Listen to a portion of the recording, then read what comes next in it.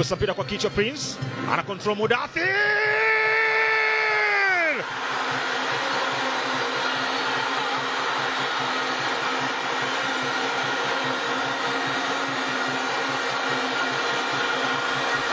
Ukitaka kujua binadamu ana roho mbaya kiasi gani, angalia kofi analopigwa mbu na mwili wake. Tazama namna ilivyokuwa. Djigui Diarra ameutupa ule mpira, Prince Dube akafrinko kichwa, lakini tachi ya kwanza ilitoa maelekezo kwa Mudathir. Aligeukia kule kule kwenye mguu wake pendwa, mguu wa kufanyia mauaji, na ilikuwa ngumu sana kwa Lameck Kanyonga kuweza kufika kwenye eneo hilo.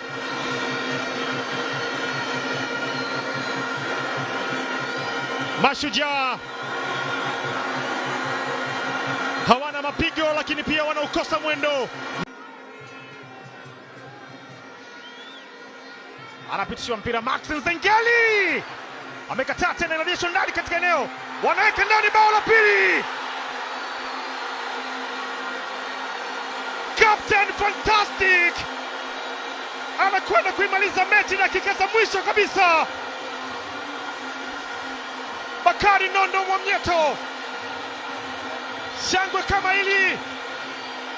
Amefanya juhudi kubwa sana Lameck Kanyonga kuokoa michomo kadhaa. Pasi ilipigwa ndani, Max akatia Fatak, akarejea tena kwenye space, Bakari akakandika.